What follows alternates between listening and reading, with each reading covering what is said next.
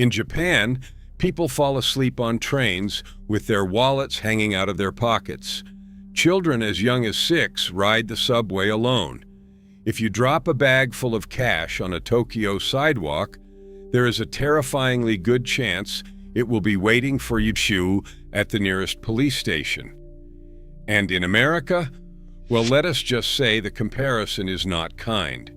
Because when you put the numbers side by side, the gap between these two countries is not just noticeable. It is almost unbelievable. And the first number that hits you is the one nobody's ready for. The United States has a homicide rate nearly 14 times higher than Japan's. Let that sink in. 14 times. In raw terms, Japan records roughly 0.36 intentional homicides per 100,000 people. The United States sits around 5. For a country of 125 million people, Japan reported just 9 deaths from firearms in a single recent year. The United States, in that same year, recorded nearly 40,000. These are not cherry-picked figures designed to make one country look bad. This is the reality that international researchers, government data, and crime experts keep arriving at over and over again. Japan is not just a little bit safer. It operates on an entirely different level. And if you have never looked at these numbers before, every new statistic feels like a plot twist that keeps getting more dramatic. Because it is not only about murder. Across nearly every category of violent crime, the story stays the same. Robbery rates, assault rates, gun crimes, they all tell the same lopsided tale. The United States has more than 200 times the number of robberies per capita. Even the non-gun robbery rate towers over Japan's, which tells you that something far deeper than a single policy is driving this gap. And while crime statistics always come with caveats about reporting methods and cultural differences in how crimes are classified, the sheer scale of the divide leaves very little room for doubt. Japan is one of the safest developed nations on the planet, and the United States is nowhere close. But here is the thing. Numbers alone do not explain anything. They just show you the gap. The real question, the one that keeps researchers and visitors alike completely fascinated, is how? How does a country with one of the largest populations in the world, with massive cities, dense crowds, and a fast-paced modern lifestyle, maintain crime rates that look like they belong to a tiny village? And the answer starts in a place most people do not expect. To understand Japan's safety, you have to understand how its police actually work. Policing in Japan does not look like policing in most of the world. Scattered across the country are roughly 6,000 small neighborhood stations called koban. These are not intimidating fortresses or distant headquarters. They are tiny, often single-room structures planted right on busy street corners, near train stations, and in the middle of residential blocks. Officers stationed at a koban do not just wait for emergencies. They patrol on foot or by bicycle. They visit homes and businesses in their area, sometimes twice a year. They hand out flyers, ask about security cameras, and genuinely get to know the people on their beat. It sounds almost old-fashioned, but that is exactly why it works. In many neighborhoods, the local koban officer is treated less like an authority figure and more like a trusted neighbor. People stop by to ask for directions, report a lost umbrella, or just say good morning. Children greet officers on their way to school. Business owners share tips about anything suspicious. The relationship between the police and the public is not built on fear. It is built on familiarity. And that familiarity creates something incredibly powerful, a level of community trust that makes crime far harder to commit and far easier to solve. The system is so effective that countries around the world have tried to replicate it. Singapore adopted a version back in the 1980s. Brazil brought in Koban-style stations to help secure neighborhoods ahead of the World Cup and Olympics, and reportedly saw murder rates drop by 20% in some areas over a decade. Even Los Angeles has experimented with the model. American law enforcement experts who have studied the Koban system have compared Japanese officers to postal workers, not because their job is easy, but because their presence is that constant and that embedded in daily life. Some of these officers carry revolvers, but thanks to the country's strict firearm laws, the weapons almost never leave their holsters. Instead, officers train extensively in restraint techniques rooted in martial arts, designed to subdue suspects without lethal force. The entire philosophy is different.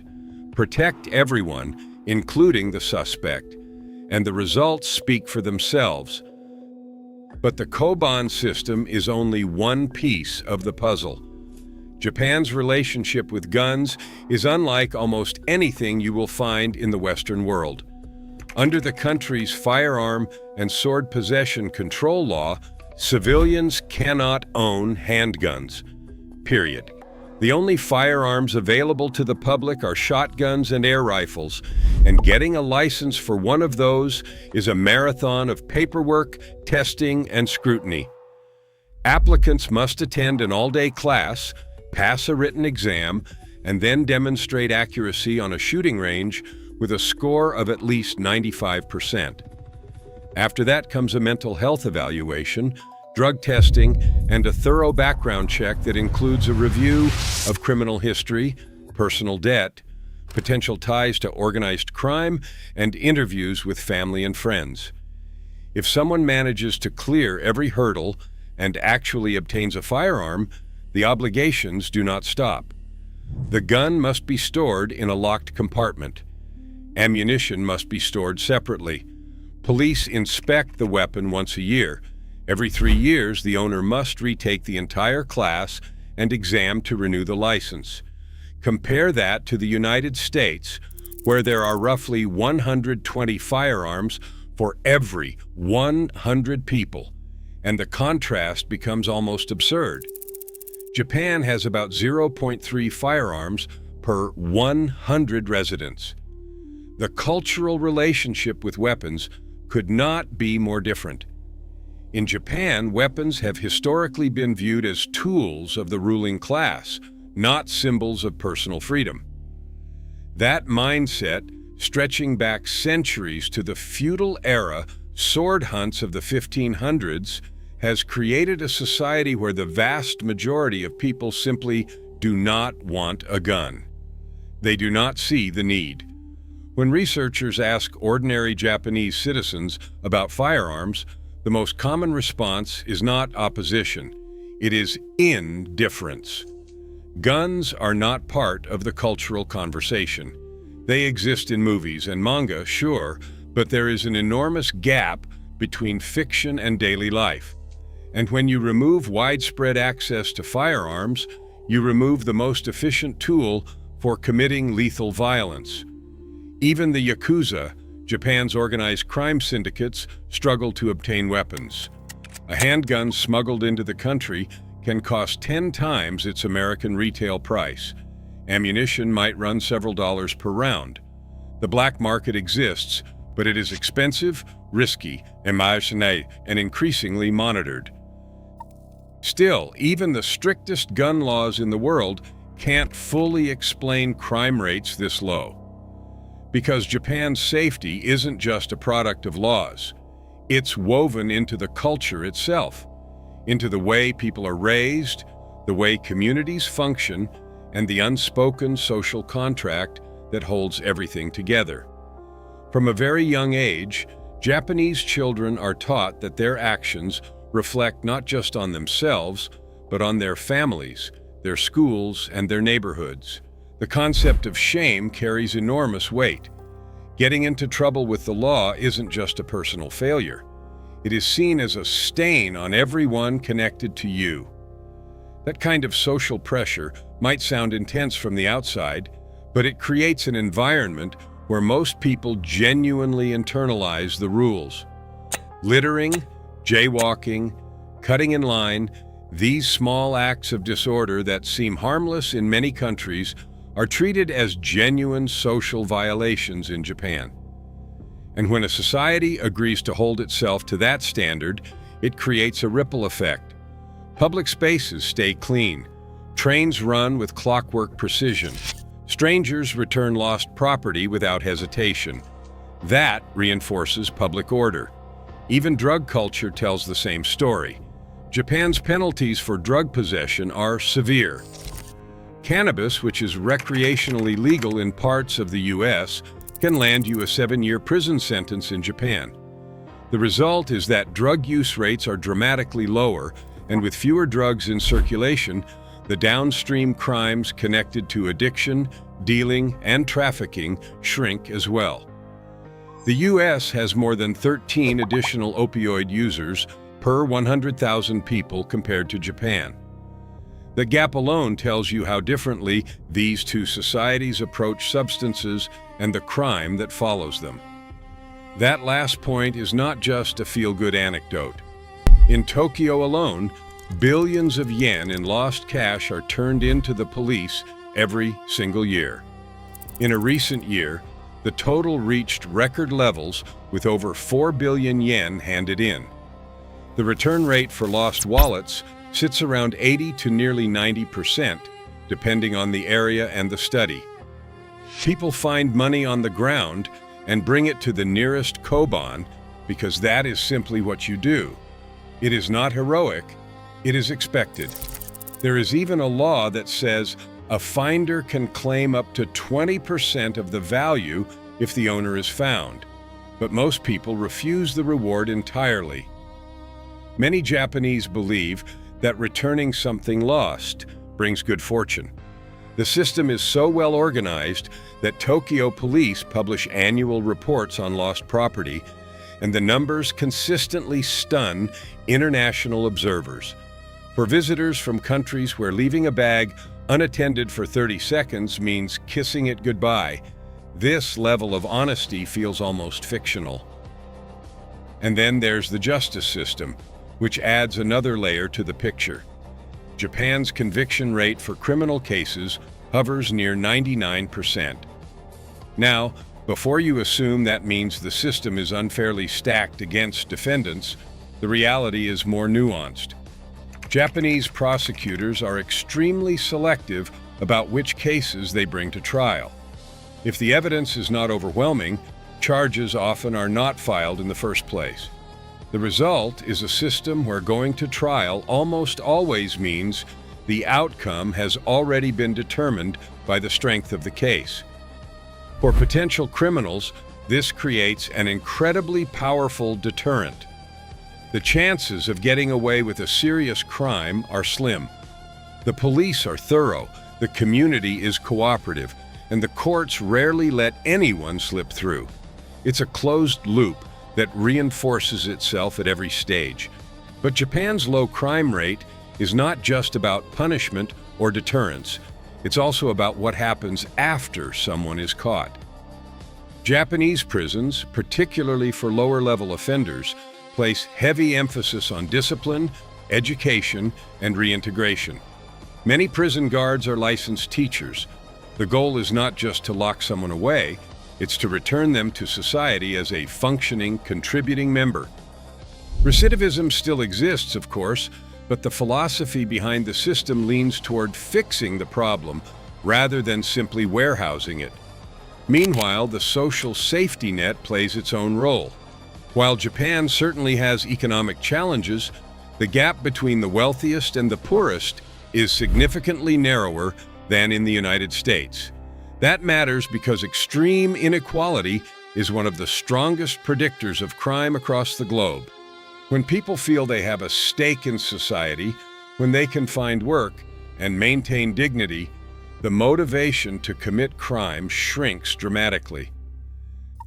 Now, none of this means Japan is a perfect utopia free from all danger. That would be a fantasy. Japan does deal with its own set of issues. Fraud, particularly phone scams targeting elderly citizens, has been rising. Bicycle theft is surprisingly common, largely because so many people ride bikes and security is often minimal. Organized crime groups still exist, though their influence has been declining for decades under increasing legal pressure. There are cultural factors that raise legitimate concerns, like the pressure to conform, the stigma around mental health, and the extreme work culture that can push people to breaking points. Japan's safety comes with trade-offs that are not always visible in the crime statistics. But when it comes to the raw question of physical safety, of being able to walk through a city at any hour without fear, of knowing your children can travel to school alone, of trusting that strangers will do the right thing, Japan stands in a category that very few nations can match. The numbers are dramatic, but the lived experience is even more striking. So what can other countries actually learn from this?